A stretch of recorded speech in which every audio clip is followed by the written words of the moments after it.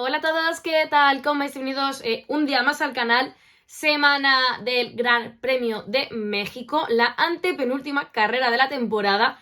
Gran Premio al que llegamos con el campeonato tanto de pilotos como de constructores decidido, pero que igualmente pueden pasar muchas cosas. Hay todavía su campeonato en juego, que creo que pueden conseguirlo hasta 4 pilotos, 3, 4 pilotos, ya no sé cómo ha quedado eso.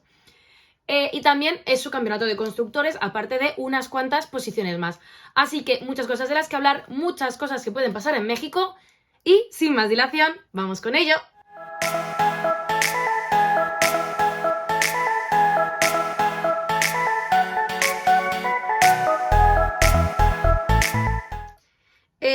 Vale, a ver, Circuito de México, creo que muchos sabéis de qué trazado estamos hablando, y es que es el Autódromo de los Hermanos Rodríguez, un circuito que fue construido en el año 1959, propulsado, o sí, bueno, siendo el proyecto impulsado por los hermanos Rodríguez, como su propio nombre del circuito indica. Un circuito que creo que tardó como un año en construirse y que, bueno, que ha estado en el calendario de manera un poco intermitente, ha sufrido unas cuantas modificaciones a lo largo de los años, pero la esencia mexicana no se ha ido en ningún momento. Es un circuito en el que el primer Gran Premio se disputó en el año 1963 y que estuvo hasta el año 1970. Después hubo un parón de unos 16 años y volvió en el año 1986 hasta el año 92. Tras otros cuantos años de parón, el trazado volvió al calendario en el año 2015 y se ha mantenido prácticamente de manera seguida, menos en el año 2020 debido a la pandemia del COVID-19, pero bueno, podríamos decir casi que del año 2015 hasta ahora 2022, exceptuando 2020, hemos tenido un Gran Premio de México en un circuito que a mí me gusta mucho, unas zonas más, otras zonas menos, pero bueno, es un buen trazado. Además se llega en un ambiente muy guay como es Día de Muertos, que tiene que ser impresionante toda esta época vivirla allí en México, ojalá algún año ir, pero bueno, que me desvío del tema, sigamos con el previo. Es un circuito corto y es que tiene 4 kilómetros con 304 metros. Recordamos que, por ejemplo, Mónaco, que es el circuito más corto del calendario, son 3 kilómetros con 800 y pico metros, o sea, son unos 400 metros más o menos más largo que Mónaco. Aún así, tampoco es que sea un circuito muy rápido, luego veremos ya la vuelta rápida, pero no es un circuito hiper mega rápido, pero bueno. Tiene un total de 17 curvas y se dan 71 vueltas hasta completar los 300 y pico kilómetros que tiene, como siempre, un gran premio. En cuanto a las zonas de DRS, el circuito tiene 3 zonas de DRS, pero ojo, cuidado, porque estas 3 zonas tienen solamente 2 zonas de detección. Y es que la zona de DRS entre la curva 17 y la primera curva, o sea, la de recta principal, y entre la 3 y la 4 tiene solamente una zona de detección para estas 2 zonas, que es en la curva 15. ¿Esto qué quiere decir? Que si, por ejemplo, un piloto adelanta en la recta principal, para la siguiente zona de DRS va a tener, o sea, sí, para la siguiente zona de DRS va a mantener ese DRS y realmente puede abrir espacio con respecto al rival que acaba de adelantar. No sé si me he explicado. O sea, si llegan 2 pilotos muy pegaditos, el de atrás tiene DRS, si el de atrás adelanta, en la siguiente zona de DRS, el que va a tener el DRS va a ser el que acaba de adelantar, o sea, no el que se queda detrás, porque tiene la misma zona de DRS, la misma zona de detección. Y luego aparte tenemos otra zona de DRS con su propia zona de detección entre las curvas 11 y 12. En cuanto a la aerodinámica, es un circuito de una carga alta, los coches van a ser prácticamente iguales a los que vimos tanto en Singapur como en Mónaco, por ejemplo, porque es un circuito que no es un circuito urbano como tal, pero tampoco es el típico circuito permanente. Para mí me gusta este tipo de circuitos, ya sea México, sea por ejemplo a lo mejor Canadá. Los llamo así como semipermanentes porque realmente sí están ahí, pero también pasas por parte de la ciudad, pero tiene una zona del circuito que sí es más circuito. Entonces, bueno, es un circuito, la verdad es que es complejo, pero vamos, como prácticamente todos los que hay en el calendario.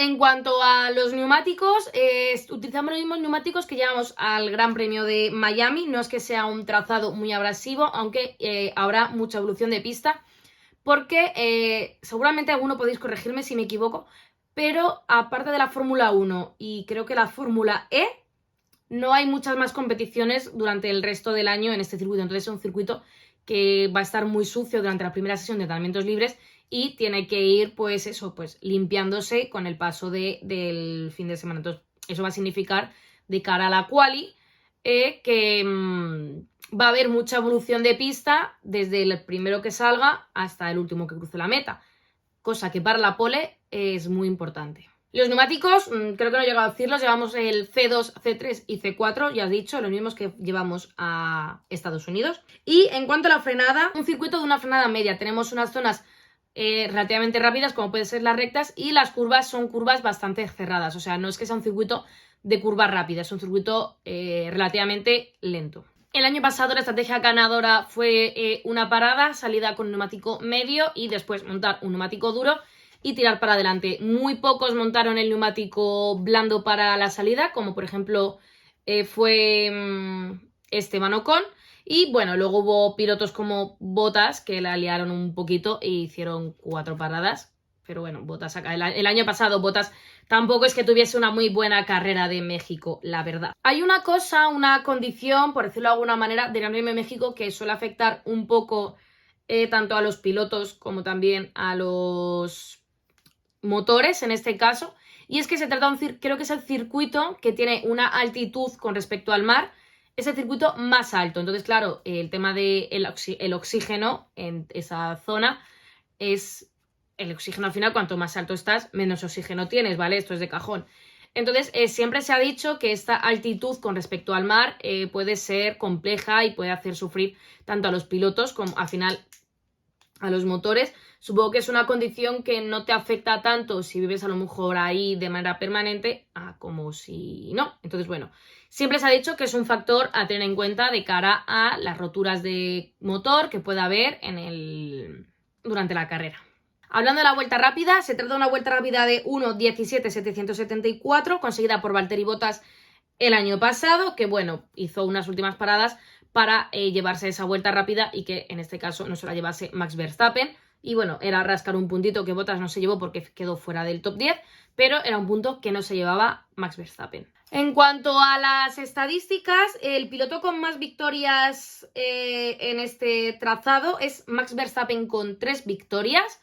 Creo que es el único circuito donde Max Verstappen tiene un récord en este sentido. El piloto con más podios es Lewis Hamilton con 4. Hay algunos cuantos más pilotos de las generaciones anteriores que también tienen 4 victorias, pero bueno, me voy a quedar con la generación actual.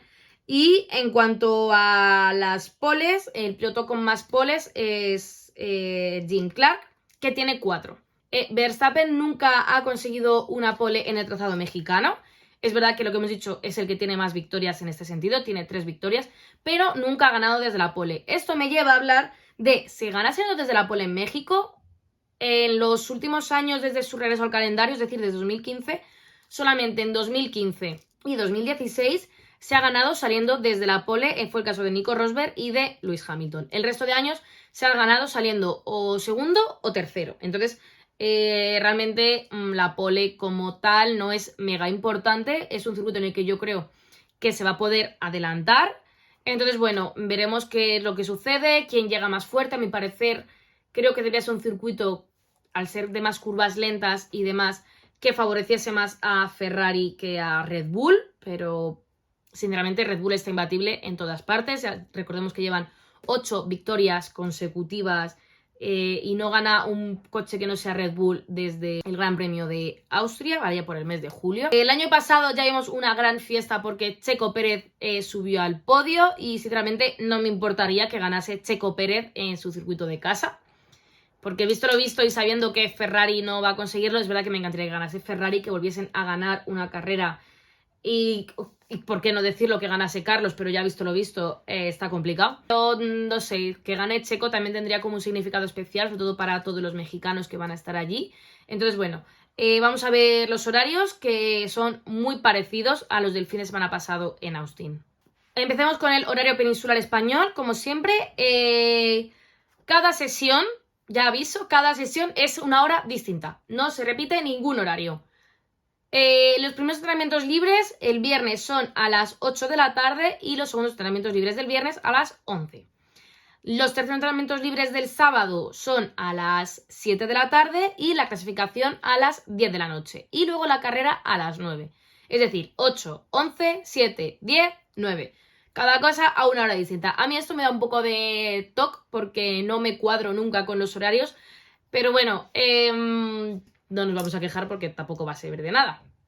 Pero bueno, lo importante que sería la clasificación es a las 10 de la noche del sábado y la carrera a las 9 de la noche del domingo. Y ahora vamos a ver los horarios de Latinoamérica. Los primeros entrenamientos libres del viernes son a la 1 de la tarde en México, Colombia, Panamá, Ecuador y Perú. A las 2 en Venezuela, Bolivia, Chile y Paraguay. Y a las 3 de la tarde en Argentina y Uruguay. Segundos entrenamientos libres del viernes a las 4 en México, Colombia, Panamá, Ecuador y Perú. A las 5 en Venezuela, Bolivia, Chile y Paraguay y a las 6 en Argentina y Uruguay. En cuanto a los terceros entrenamientos libres, ya el sábado son a las 12 en México, Colombia, Panamá, Ecuador y Perú, a la 1 en Venezuela, Bolivia, Chile y Paraguay y a las 2 en Argentina y Uruguay. Clasificación, sábado, 3 de la tarde en México, Colombia, Panamá, Ecuador y Perú, 4 de la tarde en Venezuela, Bolivia, Chile y Paraguay y a las 5 de la tarde en Argentina y Uruguay. En cuanto a la carrera del domingo, a las 2 en México, Colombia, Panamá, Ecuador y Perú, a las 3 en Venezuela, Bolivia, Chile y Paraguay y a las 4 en Argentina y Uruguay. Recordad, además, importante, que este fin de semana hay cambio de hora de la noche de sábado al domingo. A las 3 de la mañana son las 2, es decir, que tenemos una hora más. Recordarlo esto para no haceros un lío, cambiar todos los relojes. Es verdad que ahora los móviles se cambian solos y prácticamente todo se cambia solo, pero bueno, tenedlo en cuenta que hay cambio de hora. En cuanto a la carrera del año pasado, la pole la consiguió Valtteri Bottas, pero ya hemos dicho que fue una carrera muy mala, la lió mucho en la primera curva, o sea, no sé si recordáis la salida, salía Bottas primero, Hamilton segundo, Verstappen tercero. Bottas, en vez de cerrar a Verstappen, cerró a Hamilton, total que Verstappen se coló prácticamente la primera curva, ya estaba primero y bueno, se quedó primero casi toda la carrera. Con las paradas en boxes hubo algunos cambios de posición, pero bueno, liada de Valtteri Bottas y ya hemos dicho, hizo 4 paradas, consiguió la vuelta rápida, pero la lió bastante la salida de su compañero de equipo. Total, ¿cómo quedó al final la carrera? Como ya hemos dicho, Max Verstappen se llevó la victoria con Lewis Hamilton segundo y Checo Pérez tercero, que también hemos comentado que Checo subió al podio el año pasado. Fue una carrera que estuvo bastante bien dentro de lo que cabe. A mí las carreras de México la verdad es que me gustan, es un trazado que me parece muy interesante. De hecho, al final la zona del estadio, del Foro Sol y demás me parece una auténtica locura. O sea, si algún año fuese al Gran Premio de México, creo que sin duda iría a esa zona porque me parece de verdad increíble. Me parece un trazado muy, muy, muy chulo y que bueno, que creo que nos va a dejar una buena carrera pese a tener ya aquí los mundiales decididos. Pero bueno, luego, españoles en México. No es un circuito que se les haya dado especialmente bien. Carlos Sainz ha abandonado en 2 ocasiones y solo ha puntuado una vez. Y Fernando Alonso ha estado 2 veces en los puntos y ha tenido 2 abandonos. Fernando Alonso llega en un fin de semana que, bueno, recordemos que el fin de semana en Estados Unidos se llevó una sanción por el tema del retrovisor, haber tenido una pieza suelta. Se le había pedido el retrovisor, la FIA no le avisó con una bandera negra y naranja, Haas protestó, le metieron 30 segundos, cayó de la 7ª a la 15ª posición. El boli está vivo. Y bueno, después pues Alpine ha apelado esta decisión. No sé en qué momento se va a dar exactamente la resolución de esta investigación, de esta queja que ha puesto Alpine. A lo mejor en el momento que suba yo el vídeo ya está hecho. Pero bueno, yo la verdad es que no tengo todas mis esperanzas en que vayan a devolverle esa posición a Fernando, sobre todo una semana después. Pero bueno, cosas de la FIA. Luego, en cuanto a Carlos Sainz, viene en una situación delicada porque yo creo que llega fuerte en el sentido de que consiguió la pole en Estados Unidos, pero lleva 2 abandonos seguidos en la primera curva de la primera vuelta. Bueno, primera curva, la de Japón no fue la primera curva, pero casi. Entonces, creo que llega un momento en el que tiene que estar fuerte mentalmente, tiene que apretar. Creo que Ferrari aquí consiguió una pole con Sebastian Vettel hace unos años, pero creo que es un fin de semana, o sea, es un circuito que por las condiciones de las curvas lentas y demás se le debería dar bien a Ferrari, pero también tenemos zonas algo rápidas como pueden ser las rectas. Entonces, bueno, veremos qué es lo que sucede. Red Bull ya no tiene nada que perder, Ferrari solamente le queda ganar el subcampeonato. Los subcampeonatos, tanto el de pilotos como el de constructores, que de verdad espero que se lo lleven, porque creo que también Mercedes ya está ahí. Vimos que el fin de semana pasado que Hamilton estaba muy fuerte y llevan unos fines de semana bastante buenos. Entonces nada, veremos qué es lo que pasa este fin de semana en México. Creo que puede ser una muy buena carrera. Y lo dicho, pues veremos qué sucede. Hasta aquí el vídeo de hoy. Si os ha gustado, ya sabéis que podéis darle a like, suscribiros y compartir. También podéis seguirme en mis redes sociales, StinsonF1, tanto en TikTok como en Twitter como en Instagram. Y recordad también que podéis activar las notificaciones para no perderos ni un solo vídeo del canal. Así que nada más, lo dicho, esto es todo por hoy y nos vemos después de la carrera. ¡Chao!